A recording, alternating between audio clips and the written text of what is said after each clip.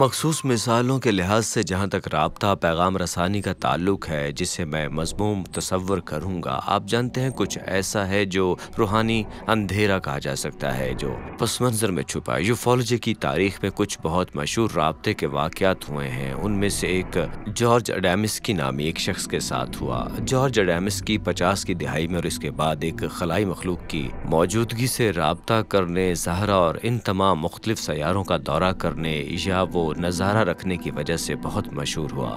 میں انہیں خواب کہتا ہوں، لیکن وہ دراصل کہتے تھے کہ وہ اپنے خلائی مخلوق کے دوستوں کے ساتھ ان جگہوں پر واقعتاً گئے تھے، اور ان کا پیغام دراصل غناصیت پر گرم جوشی کے علاوہ اور کچھ نہیں تھا کہ خلائی مخلوق اس سے کہہ رہے تھے ہر انسان میں خدا تعالیٰ کا نور یا مافوق الفطرت دنیا کی روشنی ہوتی ہے، اور انہیں صرف یہ یاد رکھنے کی ضرورت ہے کہ وہ کون ہے۔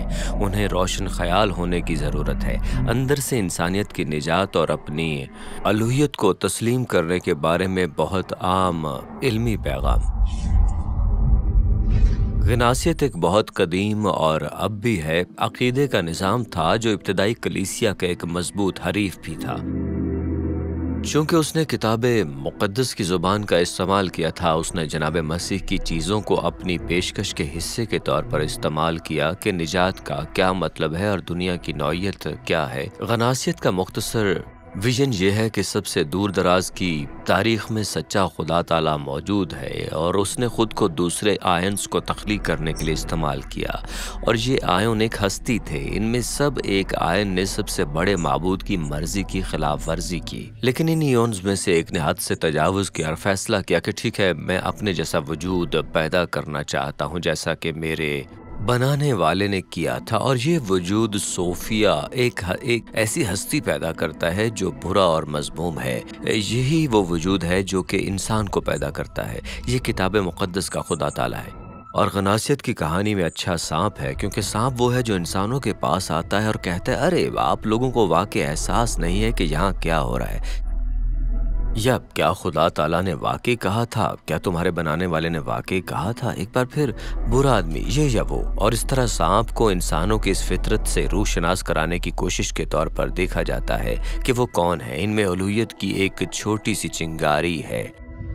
یہ ایک بہت پرانا نظام ہے، یہ نجات کے معاملے میں بہت خود ساختہ ہے۔ نجات گناہ کے مسئلے کا خیال رکھنے کے بارے میں نہیں ہے، یہ ذاتی طور پر روح شناس ہونا ہے اپنی الوہیت سے۔ یعنی آپ UFO مطالعات کی تاریخ میں متعدد رابطے کی اقسام میں اس طرح کی پیغام رسانی کو دیکھ سکتے ہیں۔ میرے خیال میں ہمیں یہاں مماثلت ملنے کی وجہ یا مبینہ ET میسیجنگ اور غناصیت کے درمیان ایک مشترک چیز ملتی ہے، وہ یہ کہ پوری خلائی مخلوق چیز کا ایک بہت ہی بڑا حصہ ہے جو کہ فطری طور پر روحانی ہے۔ ایک بار پھر یہ ایک بہت ہی وسیع اور پیچیدہ موضوع ہے۔ اس کا کم از کم ایک حصہ بظاہر روحانی پیغام رسانی کے بارے میں ہے، اور روحانی ہستیوں کے علاوہ روحانی پیغام رسانی میں بھلا کون دلچسپی لے گا؟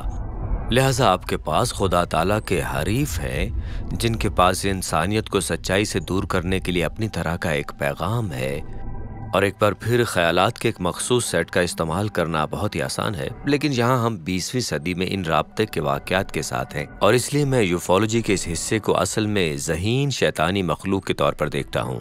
یعنی کہ یہ محض شیطانی مخلوقات ہیں جو کہ نسبتاً زیادہ ذہین ہیں، جو پرانے جھوٹ استعمال کرتے ہیں، وہ بھی ایک نئی پیکنگ میں 20ویں اور 21ویں صدی کے سامعین کے لیے۔ 20ویں اور 21ویں صدی کے شخص کے لیے خدا تعالیٰ کی طرح کا کیا ہوگا؟ یہ غیر زمینی ہے، یہ بہت آسان ہے، یہ ایک ذہین ہستی ہے جو ہم نہیں ہیں، یہ جانوروں کی بادشاہت کا حصہ نہیں ہے، یہ ہمارے مقابلے میں اتنا شاندار ہے کہ یہ ایک بہت آسان گاڑی بن جاتی ہے۔ اگر آپ واقعی اس پر غور کریں تو خلائی مخلوق پیغام رسانی اس سطح پر UFO واقعی جنت کو خلا میں تبدیل کرنے کی طرح ہے۔ آپ کے پاس کتاب مقدس کے خدا تعالیٰ کے بغیر آسمان ہے، آپ کے پاس انسانیت کے لیے ایک اعلیٰ تقدیر ہے، بغیر کسی احتساب کے گناہ اور نجات کا پورا سوال میز پر بھی نہیں ہے، کہیں بھی نہیں۔ لیکن پھر بھی آپ کو تمام اچھے حصوں کو رکھنے کا موقع ملتا ہے۔ او ہمارے پاس یہ عظیم تقدیر ہے، او ہم خدا تعالیٰ کی طرح بنیں گے، او الوہیت ہم میں دلچسپی رکھتی ہے اور ہم سے محبت کرتی ہے اور ہم میں سے کچھ کو اس پیغام کو پہنچانے اور ہمیں خاص بنانے کے لیے منتخب کرتی ہے۔ آپ نے اس طرح کے تکنیکی معاشرے میں خلائی مخلوق کی طرح ان سب کو دوبارہ سے پیک کیا ہے۔ دوسری اس قسم کی مشہور قسط بلی مائر کی ہے۔ یہ دراصل سوئٹزرلینڈ میں ہوا تھا، لیکن اس نے وسیع تر UFO کمیونٹی میں اور یہاں بھی بہت زیادہ نشریات حاصل کی ہیں، کیونکہ مائر وہ شخص تھا جس کی تصاویر تھیں۔ ایک بار پھر نیشنل انکوائرر کے سرورق پر خلائی مخلوق کی دستکاری کی مبینہ تصاویر اور اس طرح کی دیگر چیزیں چھپی ہیں، اور یہ بہت شاندار لگ رہی تھی، اتنی کہ یہ سچ نہیں لگتی تھی۔ مائر سے مبینہ طور پر ایک خلائی مخلوق کی خاتون نے رابطہ کیا تھا جو وہ خوبصورت بھی تھی، اور اس کا نام تھا سامیازا، SEMJASE۔ یہ سامیازا کے بالکل قریب ہے، جس میں لکھنے میں وائے آتا ہے، یا کہ شیمکازا جس میں فرسٹ ہنوک کا شیمازا ہے، جو کہ ایک شیطان ہے جو در حقیقت پیدائش 6 باب کی مرکزی شخصیات میں سے ایک ہے۔ تو اگر آپ کے پاس کتاب مقدس کا پس منظر ہو، آپ اس کی کہانی کو دیکھتے ہیں اور آپ سوچتے ہیں یہ واقعہ ایک اتفاق نہیں ہو سکتا، یا پھر اس نے یہ سب گھڑا اور اس سے غلطی ہوئی اور اس نے ایک بہت ہی برا نام منتخب کر لیا۔ ایک بار پھر ایک شیطانی پیغام کی طرح ٹیلی گراف ہوا یہ۔ پیدائش 6 باب کی کہانی کو پڑھنا آسان ہے جب آپ کے ذہن میں اس طرح کی چیز، اس طرح کا ایک قدیم واقعہ ہو جو کہ اس سے کافی ملتا جلتا ہو اور اس طرح کی مماثلت ہو اس میں، اور یہ ٹچ پوائنٹس ہیں خاص طور پر اس کے نتائج کے ساتھ جو ہنوک نے اس کہانی کو دوبارہ بیان کرتے ہوئے خدا تعالیٰ کے بیٹے کہنے کے بجائے اکثر نگران کی اصطلاح استعمال کی ہے۔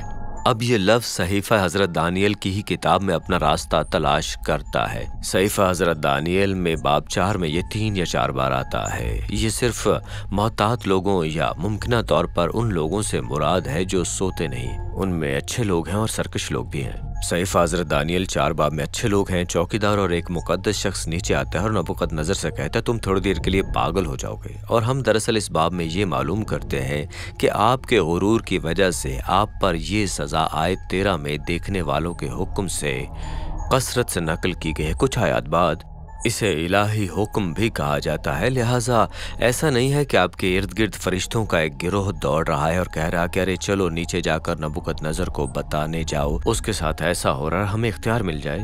ہمیں پیدائش 6 باب کو بہت احتیاط سے دیکھنا ہوگا۔ اس پس منظر میں اس حوالے کو پڑھنا بہت آسان ہے، اور میرے خیال میں اگر کوئی مشترک بات ہے تو وہ دیوتاؤں یا روحانی ہستیوں کا حوالہ دینے کا خیال ہے جو شاید ایک آبادی یا عوامی گروہ کو اکٹھا کرتے ہیں۔ شاید کہ اشرافیہ کا ایک گروہ کہنا اس کا بہترین طریقہ بھی ہو سکتا ہے، جو کسی نہ کسی طرح عظیم مہذب ہوں گے۔ اور خلائی مخلوق کے اغوا کے بیانیے کے معاملے میں آپ نے ایک بار پھر خلائی مخلوق انسانی ہائبرڈ کو دنیا میں لانے کے لیے افراد کا انتخاب کیا ہے، اور یہی وہ چیز جو محرک ہونے جا رہی ہے، جو انسانیت کو اس مقام سے لے جاتی ہے جہاں سے وہ اب انسان ہونے کی حتمی منزل تک پہنچ جاتی ہے، جس کا مطلب ہے کہ انسان سے زیادہ کچھ ہونا۔ اور مائرز کے معاملے میں اور اڈیمسکی کے معاملے میں بھی اضافی دعوے ہوں گے کہ جناب مسیح ہم میں سے ایک تھے، اور آپ جناب مسیح کو گفتگو میں لاتے ہیں وہ ان میں سے ایک تھے۔ ٹھیک ہے، یہ کتاب مقدس کی وضاحت کرتا ہے نا؟ یہ وضاحت کرتا ہے کہ جناب مسیح یہ سب حیرت انگیز چیزیں کیوں کر سکتے ہیں، اور میں ان کا انکار نہیں کرنا چاہتا۔ اسے اس گفتگو میں پھینکنا کہ جناب مسیح واقعی یہاں جو کرنے آئے تھے بدقسمتی سے بین ہر کا حوالہ دینا پڑے گا کہ ہر انسان میں خدا تعالیٰ کی ایک چنگاری موجود ہے، اور وہ یہاں ہمیں اس بات کا احساس کرنے میں مدد دینے کے لیے آئے ہیں کہ ہمیں اپنی روشن خیالی کے لیے بیدار رہنا ہے، اور یا تو مائر نے اسے گھڑا اور واقعی بری قسمت پائی۔ ایک بار پھر وہ لوگ موجود ہیں جو قدیم متون سے واقف ہیں، وہ باہر نکلنے جا رہے ہیں، یا اس سے ملاقات ایک ایسی ہستی کی ہوئی جس نے یہ نام لیا، یا ایک بار پھر یہ کسی خوفناک چیز کی طرف اشارہ کرتا ہے۔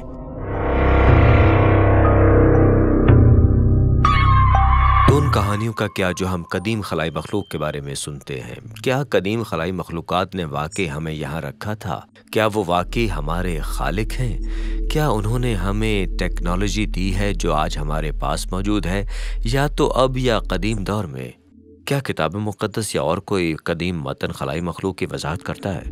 کیا یہ واقعہ ان مخلوقات کی وضاحت کرتا ہے جو یہاں تک پہنچنے کے لیے ٹیکنالوجی کا استعمال کرتے ہوئے دوسروں سیاروں پر رہا کرتے تھے اور دوسرے سیاروں سے شاید ہمارے سیارے زمین پر آئے تھے؟ مجھے لگتا ہے قدیم خلائی مخلوق ایک شو کے طور پر اور اس کی طرح کے شوز یہ واحد نہیں ہے، کیونکہ پاپ ثقافت میں اس طرح کی ایک وسیع رسائی ہے جس میں ہزاروں اور لاکھوں لوگوں نے یہ دعوے کیے ہیں۔ انہوں نے نہ صرف ایک قسط دیکھی بلکہ یہ پوری سیریز کو فالو کیا، اور یہ حقیقت میں واقعی سچ ہے۔ اور کتاب مقدس اس طرف راغب ہوتی ہے کیونکہ یہ ایک قدیم کتاب ہے، یہ واحد نہیں ہے، لیکن اگر میں وہاں قدم رکھ سکتا ہوں تو دیکھیں، وہ لوگ جو آپ کو یہ باتیں بتا رہے ہیں یا آپ کو یہ خیالات دے رہے ہیں، آپ کو انسانی اصلیت کے بارے میں یہ نظریات دے رہے ہیں، وہ آپ سے جھوٹ بول رہے ہیں۔ زکریا سچن جو کہ اب زندہ نہیں ہیں، وہ چند برس قبل فوت ہو چکے ہیں، انہوں نے قدیم زبانوں کے ماہر ہونے کا دعویٰ کیا تھا۔ انہیں ان کے پبلشر نے قدیم زبانوں کے اسکالر کے طور پر پیش کیا تھا۔ مجھے نہیں لگتا کہ زکریا سچن کسی بھی قدیم زبان کو پڑھ یا اس کا ترجمہ کر سکتے تھے۔ یہ مایوس کن ہے کیونکہ مجھے شروع میں لگا شاید وہ ایک مہربان شخصیت ہیں، جو کہ وہ نہیں تھے۔ وہ بنیادی طور پر قدیم مشرقی متون سے ایک اجنبی کہانی بنا رہے ہیں، جیسے انوما ایلیش یا گلگا میشاپک، اور ان کی شہرت کے دافع ان کی اصل کتاب کو 12واں سیارہ کہا جاتا ہے، جہاں وہ اپنے مبینہ ترجمے کے کام کی بنیاد پر اپنے عقیدے کو بیان کرتے ہیں کہ سماری تختیاں انوننا کے نام سے جانی جانے والی ماورائے زمین کی تہذیب کی وضاحت کرتی ہیں، جو نبیرو نامی سیارے سے زمین پر آئے تھے اور انسانوں کو پیدا کیا تھا، اور یا جینیاتی طور پر اس چیز سے انسانوں کو تخلیق کرنے کے لیے موجودہ بندر جیسی مخلوق سے انسانوں میں تبدیل کیا۔ یہ ان کا بیانیہ ہے، اور انہوں نے لاکھوں لوگوں کو قائل کیا ہے کہ یہ اس سیارے پر زندگی کی حقیقی تاریخ ہے۔ اب جو واضح طور پر غلط ہے، اس کی وجہ یہ ہے کہ آپ اصل میں میسوپوٹیمیا کے تمام متن میں انونکی کی اصطلاح کو آن لائن دیکھ سکتے ہیں، جس کا سچن نے حوالہ دیا ہے۔ آپ دیکھیں گے کہ ایک بھی تختی ایسی نہیں ہے جس میں نبیرو پر انونکی ہو۔ آپ دیکھیں گے کہ نبیرو کو اصل میں مشتری یا عطارد یا صرف ایک ستارے کے طور پر بیان کیا گیا ہے، لیکن کوئی سیارہ نہیں ہے۔ ایک بار پھر نظام شمسی کے بیرونی علاقوں میں جہاں پر سچن اسے رکھتا ہے، آپ کو کبھی بھی انونکی کو کہیں بھی کسی جہاز میں سوار نہیں ملے گا۔ آپ کو وہ تمام بنیادی خیالات یا کوئی بھی بنیادی خیالات نہیں ملیں گے جو سچن کے پاس اس کے اساطیر کے لیے ہیں۔ لہٰذا یہ ظاہر کرنا مشکل نہیں ہے کہ سچن اس معاملے میں غلط ہے۔ میں نے متعدد ریڈیو شوز میں کام کیا اور بنیادی طور پر اسے اس طرح رکھا۔ یہ دکھانا کتنا آسان ہوگا کہ مائک غلط ہے۔ آپ کو صرف ایک تختی کی ایک لائن تیار کرنے کی ضرورت ہے، جس میں ان مخصوص دعووں میں سے ایک ہے جو سچن اس ذریعے میں کرتا ہے، اور مائک کو دور جانا پڑے گا۔ مائک اب یہاں ہے۔ مجھے یہ پسند نہیں ہے، اور آپ کہہ سکتے ہیں کہ میں اس معاملے میں اس کا سامنا کر رہا ہوں، لیکن مجھے اچھا نہیں لگتا جب لوگوں سے جھوٹ بولا جاتا ہے، نہ صرف کتاب مقدس کے مندرجات کے بارے میں، لیکن مجھے یہ پسند نہیں ہے کہ جب وہ کسی دوسرے قدیم متن سے آنے والے مواد سے کچھ بیانیہ دے کر دھوکہ دہی کرتے ہیں، اور ایک اقتباس پیدائش 6 باب 1 سے 4 آیات میں ہوگا، یہ خدا تعالیٰ کے بیٹے ہیں، ان لوگوں کی بیٹیاں ہیں جو نفلم اور دیوتاؤں کو پیدا کرتے ہیں۔ لہٰذا سچن اس کے لیے کافی جانا جاتا ہے۔ وہ خدا تعالیٰ کے بیٹوں کو نفلم کے ساتھ ضم کرتا ہے، وہ ان کے ساتھ ایسا برتاؤ کرتا ہے جیسے کہ وہ ایک ہی کردار کے ہوں، لیکن پیدائش 6 باب میں روحانی ہستیوں کو بدن پر قبضہ کرنے کے بارے میں بتایا گیا ہے۔ سب سے زیادہ روایتی مطالعہ انسانی خواتین کے ساتھ مل کر رہنا اور اولاد یعنی نیفلم کے طور پر پیدا کرنا ہے۔ مجھے یقین ہے، اور میں یقینی طور پر واحد اسکالر نہیں ہوں، لیکن قدیم ایلین تھیورسٹ کسی وجہ سے اس عبارت سے محبت کرتے ہیں کیونکہ خدا تعالیٰ کے بیٹے ان کے لیے ایلین کی طرح سے لگتے ہیں، اور وہ کبھی یہ سوال نہیں پوچھتے کہ کیا کتاب مقدس میں فرشتوں کو واقعی ایسی ہستیوں کے طور پر بیان کیا گیا ہے جنہیں اپنی نسل کو برقرار رکھنے کی ضرورت ہے، کھانے کی ضرورت ہے، پینے کی ضرورت ہے، یا وہ اپنے کام سے نفرت کرتے ہیں، یعنی اس طرح سے انہیں بیان کیا گیا جیسا کہ ان کے لیے یہ سب معیاری ہے۔ اس کا جواب ہے کہ یقیناً نہیں۔ لیکن وہ واقعی اس سوال تک کبھی نہیں پہنچتے ہیں۔ اور پھر جب آپ کو پیدائش 6 باب 1 سے 4 آیات میں خلائی مخلوق مل جاتی ہے تو یہ خلائی مخلوق ہے جس نے نیفلیم کو تخلیق کیا، اور کچھ قدیم خلائی مخلوق نظریہ دان انہیں دیو قامت کہتے ہیں، اور دوسرے لوگ کہیں گے نہیں یہ مشہور لوگ ہیں اور یہ فکرہ پیدائش 6 باب 4 آیت میں استعمال ہوا ہے، یہ قدیم زمانے کے عظیم مہذب لوگ واقعی ہوشیار لوگ ہیں جنہوں نے دنیا کو مہذب بنایا، یا جو اہرام اور بالبیک جیسے بڑے منصوبوں کو تعمیر کرنے کے لیے ذمہ دار ہیں۔ اور یہی وجہ ہے کہ قدیم خلائی مخلوق جیسے شو میں آپ کو ایک کہانی ملتی ہے جس میں کہا جاتا ہے اس سے بڑی چیز کو دیکھو، ہم اس کو نہیں سمجھ پا رہے کہ اس کی تعمیر کیسے کی گئی ہوگی۔ یہ وہ جگہ ہے جہاں سے یہ آتا ہے، یہ اس اقتباس سے آتا ہے جس میں کچھ ایسے افراد کے لیے ماورائے زمین والدین پر قبضہ کیا گیا ہے جنہیں شہرت یافتہ مرد کہا جاتا ہے۔ اب میں کتاب مقدس کے اسکالر کی حیثیت سے یہ سب کچھ نہیں مانتا، لیکن یہ کسی کے لیے بھی ایک جانا پہچانا راستہ ہے جو زکریا سچن کی اس کتاب کو پڑھتا ہے۔ یوں سمجھ لیں کہ وہ اس دنیا میں پھنسنے جا رہے ہیں، اور ایک وقت آئے گا جب وہ اس بیانیے کو سمجھ جائیں گے۔ مجھے بے ایریا UFO کانفرنس میں خطاب کرنے کے لیے دعوت دی گئی اور مجھے قدیم خلابازوں کے بارے میں بات کرنے کے لیے مدعو کیا گیا تھا۔ میں قدیم علوم کا اسکالر ہوں، میں کتاب مقدس کا اسکالر ہوں، یہ بہت اچھا ہے، وہ بہترین تھے اور یہ حیرت انگیز انٹرویو تھا، یہ مجھے ماننا پڑے گا۔ انہوں نے میری ذرا بھی جانچ پڑتال نہیں کی تھی، دوسرے لفظوں میں انہوں نے سوچا کہ وہ ایک مومن کو بلا رہے ہیں۔ میں کسی بھی قدیم خلائی مخلوق پر ایمان رکھنے والا نہیں ہوں، تو میں اس کانفرنس میں گیا اور بنیادی طور پر میں نے زکریا سچن پر ایک لیکچر دیا، اور میں اس کانفرنس میں گیا اور بنیادی طور پر ان کے کام میں خامیاں نکالنی، یہ کہنے کا کوئی دوسرا طریقہ نہیں ہے، معاف کیجیے گا۔ میں نے اس بارے میں اچھا رہنے کی کوشش کی، لیکن میں ثابت قدم بھی رہنا چاہتا تھا، بس اس بات کا جائزہ لیں کہ اس کی غلطیاں کہاں تھیں، اور مجھے اس کانفرنس کو چھوڑنے کے لیے کہا گیا۔ مجھے پیسے نہیں ملے پر مجھے افسوس نہیں ہوا، مجھے دوبارہ دعوت نہیں دی گئی اور نہ ہی مجھے توقع تھی کہ مجھے دوبارہ مدعو کیا جائے گا، مگر اس تقریب کی سب سے اچھی چیز میرا وہ دوسرا سیشن تھا جو اس سے پہلے ہوا تھا، جس نے مجھے مشکل میں ڈالا تھا۔ وہ ایک لیکچر تھا، کیا مسیحیت ایک حقیقی ماورائے زمین حقیقت کو جگہ دے سکتی ہے؟ جب آپ اس موضوع پر غور کرتے ہیں تو آپ کو ان چیزوں میں جانا پڑتا ہے، جیسے ٹھیک ہے کیا جناب مسیح کو دوسرے سیاروں پر مرنا پڑے گا؟ ایلینز کو کفارہ کیسے ملے گا؟ اور اس لیے یہ دورہ اہمیت کا حامل تھا، اور ایسا کرنے کے لیے وہاں سے نکالا جانا بھی اہم تھا۔ So it's okay.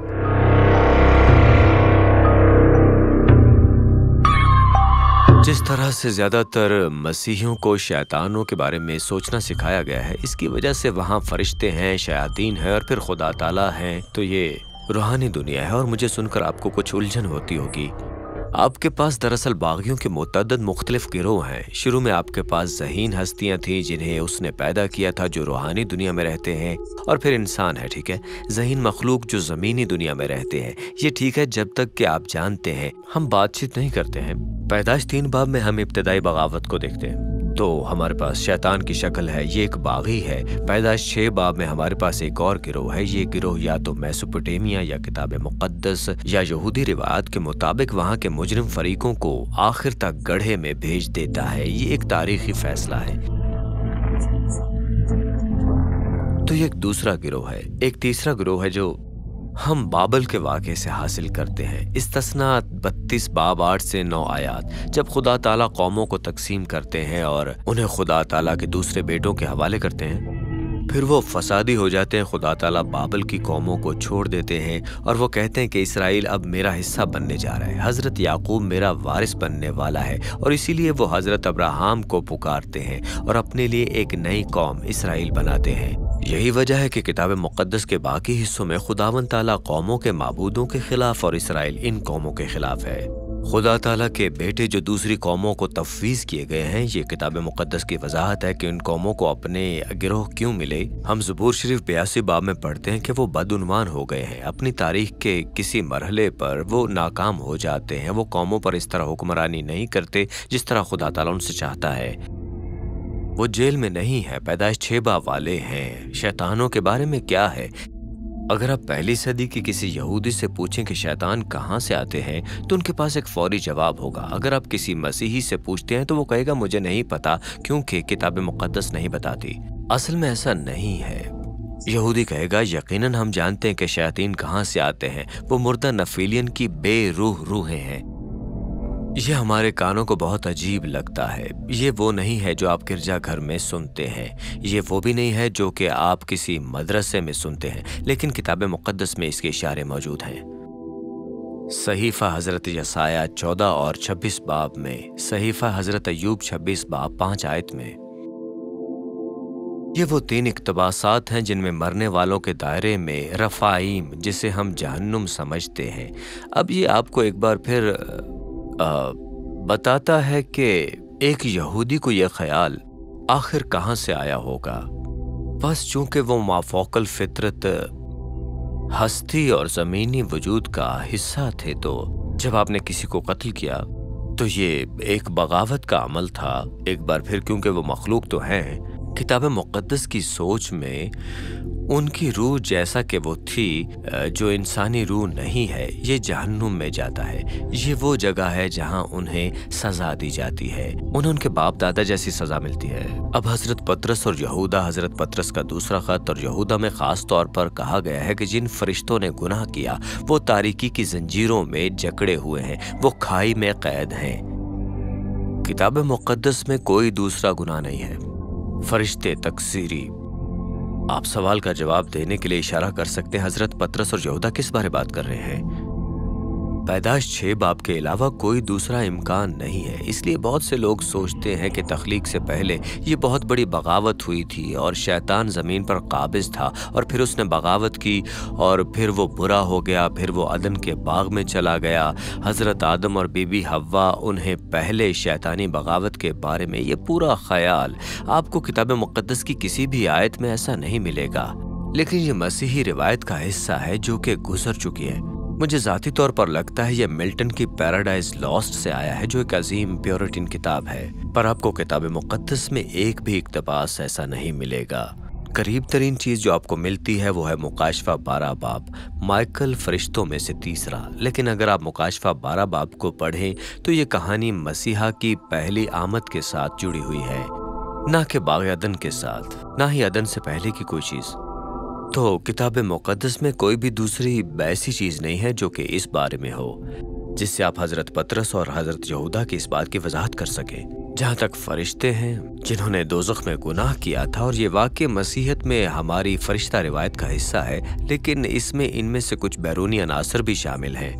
اصل بات یہ ہے کہ دوزخ کے اقتباسات میں اگر آپ اس اصطلاح کو استعمال کرنا چاہتے ہیں تو کتاب مقدس میں صحیفہ حضرت یسایہ 14 اور 26 باب، حزقیل 32 باب اور صحیفہ حضرت ایوب 26 باب، آپ کے پاس رفائیم ہے، جو کہ اصطلاح ہے جو جہنم میں نیفیلیم سے اترنے والے دیوتاؤں کے لیے استعمال ہوتی ہے۔ جب آپ نے کسی کو قتل کیا تو ان کی روحیں جہنم کے فطری باشندے تھیں، پر ان کے بارے میں نہیں کہا جاتا کہ وہ پابند ہیں۔ در حقیقت یہودی متون اور پھر آپ کو کتاب مقدس میں بھی اس طرح کے اشارے ملتے ہیں، وہ باہر آ سکتے ہیں اور لوگوں کو ہراساں کر سکتے ہیں، شاید لاشوں پر قبضہ کرنے کی کوشش کر رہے ہیں۔ میں نے ابھی 4 مختلف بغاوتوں، 4 مختلف گروہوں کی وضاحت کی ہے، 4 مختلف برے لوگ، شیطان پیدائش 6 باب میں، اور پھر ان کی اولاد کی مردہ روحیں جو شیاطین ہیں، اور پھر آپ کو بادشاہت اور اختیارات مل جاتے ہیں۔ وہ واقع مختلف لوگ ہیں، ٹھیک ہے، مختلف برے لوگ۔ لیکن جس طرح ہمیں کلیسیا روایتی مسیحیت میں شیطانیت کے بارے میں سکھایا جاتا ہے، وہ یہ ہے کہ یہ تمام چیزیں شیطانوں میں تبدیل ہو جاتی ہیں۔ جہاں تک میں پیدائش 6 باب 1 سے 4 آیات کے بارے میں سوچتا ہوں، روحانی مخلوق دوسرے سیاروں کی مخلوق نہیں ہے۔ کتاب مقدس میں ایسی کوئی چیز نہیں جو انہیں دوسرے سیاروں کی طرف مائل کرتی ہو۔ یہاں ایک حیرت ہے، کسی اور قدیم متن میں بھی ایسا کچھ نہیں ہے جو دوسرے سیاروں کی طرف انہیں مائل کرتا ہو۔ آپ کو قدیم متن میں کسی سیارے سے زمین پر آنے والے دیوتاؤں میں سے کوئی ایک بھی نہیں ملے گا، جو کہ واقعی حیران کن لگتا ہے، خاص طور پر قدیم خلائی مخلوق کی کامیابی کی روشنی میں اگر آپ دیکھیں تو۔ اور بہت سی تحریریں ہیں جن میں دیوتاؤں کو رتھوں یا کسی اور ساختی چیز میں اڑتے ہوئے دکھایا گیا ہے، لیکن آپ کے پاس کبھی بھی کوئی ایسی مثال نہیں ہے جہاں وہ کسی دوسرے سیارے سے آتے ہیں جو کہ آپ بالکل توقع کر رہے ہوں گے۔ اگر قدیم لوگ جنہوں نے کتاب مقدس لکھی یا اور قدیم کتابیں تحریر کی، اگر وہ واقعی یہی سوچ رہے ہیں تو یقیناً ان میں سے کوئی یہ کہے گا، لیکن وہ یہ نہیں کہتے۔ اس بحث میں سامنے آنے والی چیزوں میں سے ایک حزقیل 1 باب ہے۔ لوگ پوچھیں گے، ٹھیک ہے مائک، آپ کتاب مقدس کے بارے میں یہ کیسے کہہ سکتے ہیں؟ یقیناً حزقیل 1 باب، یہ مشہور عجیب و غریب نظارہ جسے اکثر سائنس فکشن فلموں میں خلائی جہاز کے طور پر پیش کیا جاتا ہے، کچھ مسیحی ہیں جو کہتے ہیں یقیناً یہ خلائی جہاز ہی ہوگا۔ ٹھیک ہے، مجھے لگتا ہے اس بارے میں ہم سب سے آسان بات یہ کہہ سکتے ہیں کہ ہمارے پاس اصل میں اس وقت کی تصاویر موجود ہیں جو حزقیل نے دیکھا تھا۔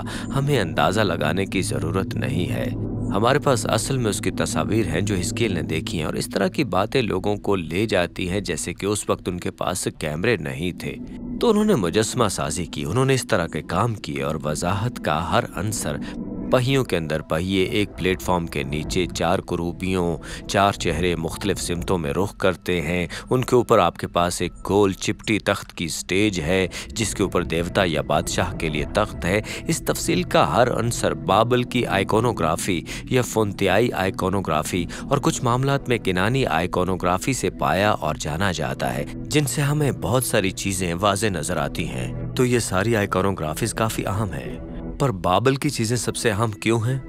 کیونکہ حضرت حزقیل بابل میں ہے۔ وہ اصل میں جو کر رہے ہیں وہ خلائی جہاز کی وضاحت نہیں کر رہے، وہ ایک تخت نشین دیوتا کو بیان کر رہے ہیں، لیکن ان کے پاس تخت پر کون ہے؟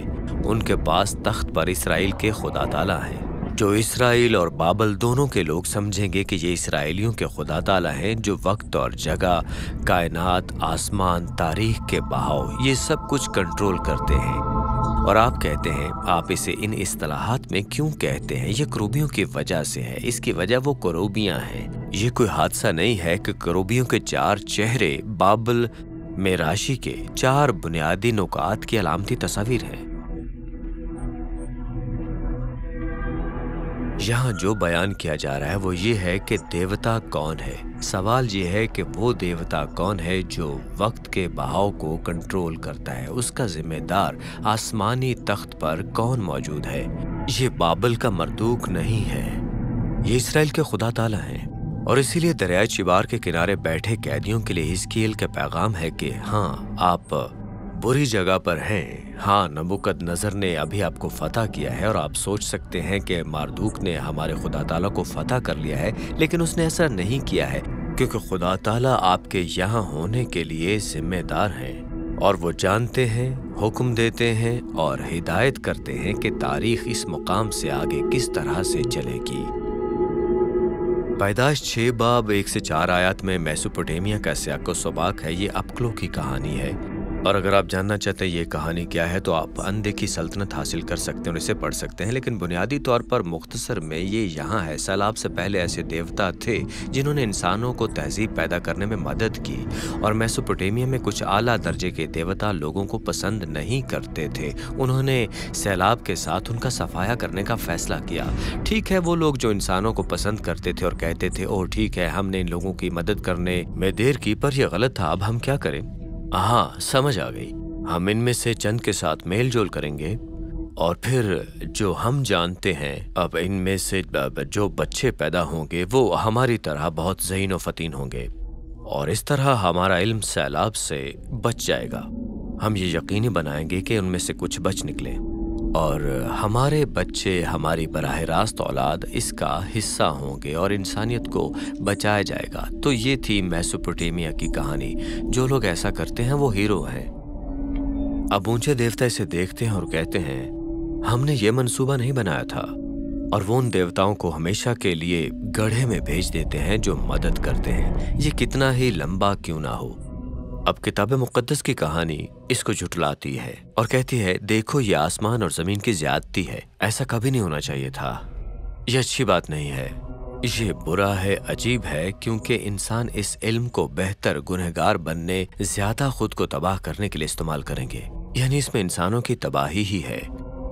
کتاب مقدس کے متون اور دیگر نصوص میں کہا گیا ہے کہ یہی وجہ ہے کہ انسان جنگ میں اتنا مؤثر ہے، یہی وجہ ہے کہ انہیں ہوس کا مسئلہ ہے، یہ وہ جگہ ہے جہاں وہ نجومی بننا سیکھتے ہیں۔ کتاب مقدس کی دوسری کہانیوں میں ہر طرح کی چیزیں جو واقعی خود کو تباہ کرنے والی ثابت ہوئی ہیں، اس کا الزام یہی ہے، اور اسی طرح پیدائش 6 باب 1 سے 4 آیات کیا ہیں؟ یہ ان سرحدوں کے خلاف انسانی اور خدائی بغاوت دونوں کے بارے میں ہے جو خدا تعالیٰ نے قائم کی ہیں اور جو اس تباہی کے نتیجے میں ہوتی ہیں جہاں آپ کا تعلق ہے خدا تعالیٰ کی طرح بننے کی ناکام کوشش کرنے میں، اور یہ سوچتے ہیں کہ آپ خدا تعالیٰ سے بہتر جانتے ہیں، جبکہ ایسا نہیں ہے۔ لہٰذا ہر موقع پر کتاب مقدس کا اس قسم کا ورژن میسوپوٹیمیا کے اس ورژن کو مسخ کرتا ہے۔ لہٰذا پیدائش 6 باب 1 سے 4 آیات کا خلاصہ پیش کرنے کے لیے اگر میں کہوں تو اس آیت کا سب سے زیادہ روایتی مافوق الفطرت مطالعہ یہ کہ آپ کے پاس خدائی ہستیاں ہیں جو کہ بدنوں کو فرض اور تخلیق کر سکتی ہیں اور لے سکتی ہیں، ٹھیک ہے؟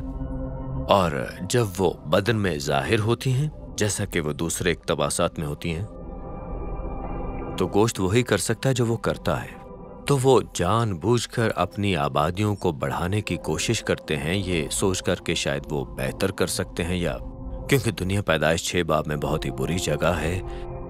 آیت نمبر 5، اب ان کے محرکات چاہے جو بھی ہوں، کتاب مقدس سے باہر کی قدیم تحریریں اس پر اختلاف کرتی ہیں، لیکن یہ وہی ہیں جو نیفیلیم پیدا کرتے ہیں، یہ دیو ہیکل ہیں۔ اب کتاب مقدس کی کہانی میں یہ عمل موجود ہے، یہ واقعہ ہے جو ان بڑے قبائل کی بہت واضح وضاحت کرتا ہے جو بعد میں اسرائیل کا صفایا کرنے کی کوشش کرتے ہیں۔ گنتی 13 سے 33 باب میں حضرت موسیٰ اور حضرت یشوع اناکیم میں دوڑتے ہیں، اور اس آیت میں واضح طور پر کہا گیا ہے کہ اناکیم نیفیلیم سے ہیں۔ اناکیم کو رفائیم بھی کہا جاتا ہے، اور ایمیم اور زمزم بہت سے نام ہیں اس کے۔ دوسری تحریروں میں ہم دیکھتے ہیں کہ جب آپ ان میں سے کسی کو قتل کرتے ہیں تو ان کی بے حس روح دوزخی ہے، لہٰذا آپ ان کے ساتھ شیطانی تعلق میں ہیں جو اس واقعے سے قبل تک پایا جاتا ہے۔ ایک وجہ یہ ہے کہ بہت سے مسیحی اس خیال سے پریشان ہیں کہ آیا ماضی یا حال میں واقع ایلینز ہو سکتے ہیں یا نہیں۔ یہ ہے کہ کتاب مقدس ان کی وضاحت نہیں کرتی، کتاب مقدس میں ان کا کہیں کوئی ذکر نہیں ہے، اور اس طرح یہ خیال اس خیال کے خلاف ایک دلیل بن جاتا ہے تاکہ اگر وہ ظاہر ہوں تو یہ ہمیں پریشان کرتا ہے۔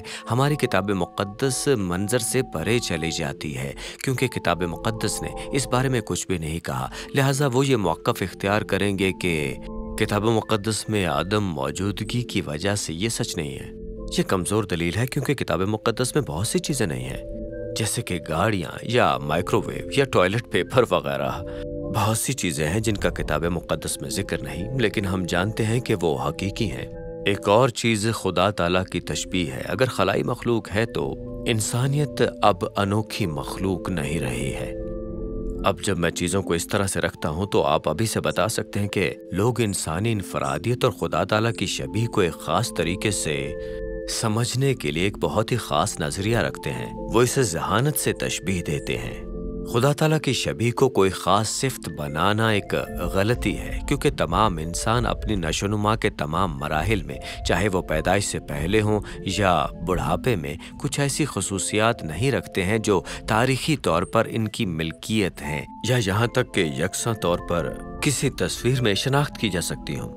ہم پیدائش 1 باب 26 آیت میں دیکھتے ہیں کہ ہمارے پاس یہ الفاظ ہیں کہ آئیے ہم انسانیت کو اپنی شبیہ میں پیدا کریں۔ اس کے بعد اگلی ہی آیت میں یہ یکسانیت میں تبدیل ہو جاتی ہے۔ پس خدا تعالیٰ نے بنی نوع انسان کو اپنی صورت میں پیدا کیا۔ ہمارے پاس تکثیری الفاظ کو یکسانیت کے ساتھ کیوں ملایا جاتا ہے؟ لہٰذا اس کی وجہ یہ ہے کہ خدا تعالیٰ لوگوں سے بات کر رہے ہیں، پہلے سے موجود ذہین افراد سے۔ وہ صحیفہ حضرت ایوب 38 باب سے خدا تعالیٰ کے بیٹے ہیں جو دنیا کی بنیاد پر موجود تھے، وہ اپنے ارادے کا اعلان کرتے ہیں، آئیے انسان کو پیدا کریں۔ لیکن جب وہ واقع ایسا کرتے ہیں تو وہ خدا تعالیٰ ہیں جو واحد خالق ہیں۔ تمام فعل واحد ہیں، تمام سبنام واحد ہیں، صرف خدا تعالیٰ ہی خالق ہیں۔ لہٰذا تکثیری زبان اہم ہے کیونکہ وہ روحانی دنیا کے ارکان آسمانی میزبان کی طرف اشارہ کر رہی ہے، وہ انہیں امیجنگ کے بارے میں گفتگو میں لا رہی ہے۔ آئیے ہم انسانیت کو اپنی شبیہ پر تخلیق کریں، تو تکثیریت وہاں موجود ہے کیونکہ کسی نہ کسی طرح خدا تعالیٰ اور ہم اور وہ سب جڑے ہوئے ہیں، کوئی نہ کوئی تعلق ہے ہم سب میں۔ اور جس طرح ہم جڑے ہوئے ہیں، ہم یہاں اس کی تصویر بناتے ہیں اور وہ اسے اپنی دنیا میں امیج کرتے ہیں۔ ہمارا ایک ہی خالق ہے اور ہم ایک ہی وجود، ایک ہی خدا تعالیٰ، ایک ہی خالق کی نمائندگی کرتے ہیں، لیکن صرف خدا تعالیٰ نے ہی ہم میں سے کسی کو پیدا کیا ہے، ہم اور روحانی دنیا کے ارکان کو۔ اگر آپ اس نقطہ نظر کو لیتے ہیں، جب آپ کہتے ہیں ٹھیک ہے اگر ایٹی موجود ہیں تو کیا ہوگا؟ تو کیا ہوگا اگر ہمارے پاس ذہین ایلین زندگی ہو؟ یہ تصاویری نہیں ہے۔ اگر ماورائے زمین ہے تو وہ کسی مساوات میں بھی نہیں ہے، وہ پیدائش ایک باپ کی تصویر میں بھی نہیں ہے۔ وہ کتاب مقدس کی سوچ میں اسی طرح ایک مخلوق ہوں گے، لیکن وہ تصاویر نہیں ہیں، وہ آسمانی میزبانی کے رکن نہیں ہوں گے، وہ انسان نہیں ہیں، وہ صرف ذہین مخلوق ہیں جو کہیں اور موجود ہیں جسے خدا تعالیٰ نے بنایا۔ خدا تعالیٰ کو ہمیں وہ سب کچھ بتانے کی ضرورت نہیں ہے جو کہ وہ کرتے ہیں یا وہ کریں گے۔ ہم واپس یہ کتاب مقدس میں نہیں ہے اس لیے یہ نہیں ہو سکتا والی دلیل پر آ جاتے ہیں تو یہ سچ نہیں ہے۔ کتاب مقدس میں ہر اس چیز کا ریکارڈ نہیں ہے جو خدا تعالیٰ نے کبھی کیا ہو یا وہ کریں گے، مگر یہ اس طرح کی سوچ ہے جو رونما ہوتی ہے۔ لیکن ایک بار جب آپ دماغ سے اس کتاب مقدس میں نہیں ہے نکال دیتے ہیں، یا ایک بار آپ دماغ سے یہ نکال دیتے ہیں او یہ ذہین ہے، پھر ذہین خلائی مخلوقات کے ہونے کا پورا خیال مذہبی طور پر تھوڑا سا کم خطرناک ہو جاتا ہے۔ ذاتی طور پر اگر ہم بیس سے ہٹ کر اس بارے میں بحث و مباحثے شروع کریں کہ کیا خلائی مخلوق ہو سکتی ہے یا نہیں، تو آپ جانتے ہیں تعلیمی گفتگو اگر ہم اپنے دماغ سے نکال دیں اور روحانی پیغام رسانی کے عناصر کے بارے میں بات کریں تو میرے خیال میں جو کچھ ہو رہا ہے وہ یہ ہے کہ ہمارے پاس کچھ روحانی ہستیاں ہیں، ذہین غیر انسانی خدائی روحانی ہستیاں، جو بھی آپ انہیں کہنا چاہیں، روحانیت کی زبان کو کنٹرول کرنے کی کوشش کرتے ہوئے تو بہت سے پیغامات کا اور بحث کا نتیجہ واقعی بہت سے لوگوں کے لیے نکلتا ہے۔ اور ایک بار پھر میرے خیال میں یہی اس سلسلے میں ذہین برائی کا مقصد بھی ہے۔ خدا تعالیٰ جیسی چیزوں کی اثر نو وضاحت کرنا، اس لفظ کا کیا مطلب ہے، ہم کون ہیں، انسان ہونے کا کیا مطلب ہے، ہم یہاں کیسے پہنچے، ہمیں یہاں کس نے رکھا اور ہماری تقدیر کیا ہے، کیا ہمارا اس خدا تعالیٰ کے ساتھ تعلق ہے، کیا ہم نے انہیں ناراض کیا، کیا گناہ جیسی کوئی چیز ہے یا نہیں۔ پر مجھے لگتا ہے کہ ذہین برائی اصطلاحات کو کنٹرول کرنا اور دوبارہ بیان کرنا چاہتی ہے۔ وہ چاہتے ہیں کہ خدا تعالیٰ کو ایک غیر معمولی خلائی مخلوق کے طور پر بیان کیا جائے۔ وہ چاہتے ہیں کہ جناب مسیح کو ماورائے ارض کی طرف سے ایک رسول کے طور پر بیان کیا جائے یا خود ایک خلائی مخلوق کے طور پر۔ وہ چاہتے ہیں کہ انسانیت کی ضرورت کو گناہ کے برابر نہ سمجھا جائے جو گناہ کا حل ہو، بلکہ ان کی طرح ایک اعلیٰ ہستی بننے کے لیے وہ تیار بھی ہو۔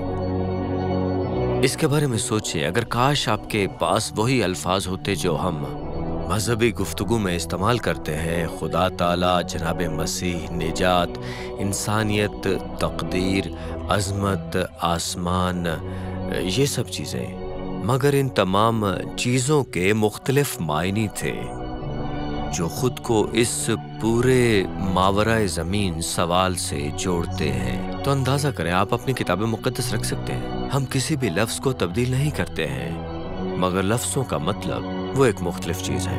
یہ کم از کم تصوراتی طور پر کچھ ایسا ہی ہے جب ناہش سانپ بی بی ہوا کے پاس جاتا ہے اور کہتا ہے کیا خدا تعالیٰ نے واقعی کہا تھا، اور پھر وہ ایک ایسی گفتگو کرتے ہیں جہاں بی بی ہوا کو پریشان کیا جاتا ہے یا گمراہ کیا جاتا ہے، جس کی وجہ سے خدا تعالیٰ نے جو کچھ کہا ہے اس پر مختلف انداز میں عمل کیا جاتا ہے۔ تو آج کی ہماری بحث میں ہم نے سائنس فکشن اور خلائی مخلوقات کی چیز کو اس کے ایک حصے کے طور پر تقریباً اجازت دی ہے کہ ہمارے الہیات پر گفتگو کو ڈکٹیٹ کرے۔ سائنس فکشن ایلین عالمی نظریے کے لیے ٹیلی وینجلزم کی طرح ہے۔ ایک بار پھر ہمیں خدا تعالیٰ کو برقرار رکھنے کا موقع ملتا ہے، جو ہم سے کہیں زیادہ اعلیٰ چیز حاصل کرنے کی اندرونی خواہشات رکھتے ہیں، جو ہمیں ایک تقدیر دیں گے جس میں ہمارے مسائل کا حل ہے۔ ہم یہ سب کچھ برقرار رکھتے ہیں۔ اگر ہم جس چیز کے بارے میں بات کر رہے ہیں وہ غیر زمینی ہے تو کیا یہ حیرت انگیز نہیں ہے؟ یہ سب حقیقی ہے، یہ سب سچ ہے، لیکن ایسا کرتے ہوئے اس کو برقرار رکھنے اور زبان کی اثر نو وضاحت کرنے میں اور ان اصطلاحات کے معنی کو تھوڑا سا بھی تبدیل کرنے میں ہم ایک غیر انجیل کو ایک طرح سے اپنا رہے ہیں۔ ہم ایک مختلف مسیح کو گلے لگا رہے ہیں اور مجھے لگتا ہے کہ یہ اصل مقصد ہے۔ لہٰذا دن کے آخر میں ہمارے پاس کتاب مقدس کی الہیات، ما فوق الفطرت دنیا، نادیدہ دنیا کا ایک عجیب مرکب ہے جو اس تمام UFO چیزوں، نظاروں، مبینہ ایلین رابطے اور اغوا کے ساتھ ملا ہوا ہے۔ اس طرح کی بہت ساری چیزیں۔ تو اب ہم اس سب کے ساتھ کیا کر سکتے ہیں؟ ہم اس پر عمل کیسے کریں؟ مجھے واقعی لگتا ہے کہ پروسیسنگ کلید ہے، اور اس سے میرا مطلب یہ ہے کہ ہمیں ایماندار ہونے کی ضرورت ہے۔ دنیا اس سے کہیں زیادہ ایلین ہے جتنی کہ ہم سوچتے ہیں۔ بہت سے لوگ یہ سوچ کر زندگی گزارتے ہیں کہ سب کچھ بند ہو گیا ہے، ہمیں ہر جواب سائنس کی طرف سے دیا گیا ہے، یا ہمیں سائنس کی طرف سے یہ جواب دیا جائے گا۔ یہاں کوئی بے قاعدگی نہیں ہے، ایسی کوئی چیز نہیں ہے جو مادی دنیا سے بالا تر ہو۔ ہم جانتے ہیں کہ یہ سچ نہیں ہے، ہم جانتے ہیں کہ ایک روحانی دنیا موجود ہے، لہٰذا ہمیں ایماندار ہونے کی ضرورت ہے۔ دنیا ایک عجیب جگہ ہے، ہم سوچنے سے کہیں زیادہ کچھ کر رہے ہیں، اور ہمیں صرف اس خیال کو اپنانے کی ضرورت ہے اور پھر اس پر عمل کرنے کی کوشش کرنے کی کہ لوگ کیا تجربات کرتے ہیں، وہ کیا دیکھتے ہیں، ایمانداری سے۔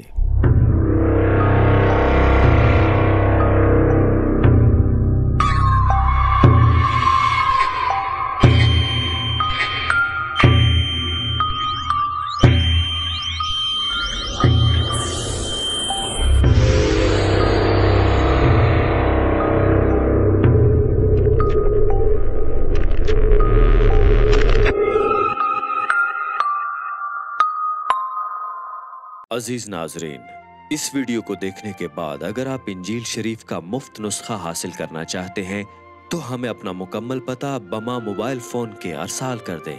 ہم پوری کوشش کریں گے کہ آپ تک انجیل شریف کا مفت نسخہ پہنچ جائے۔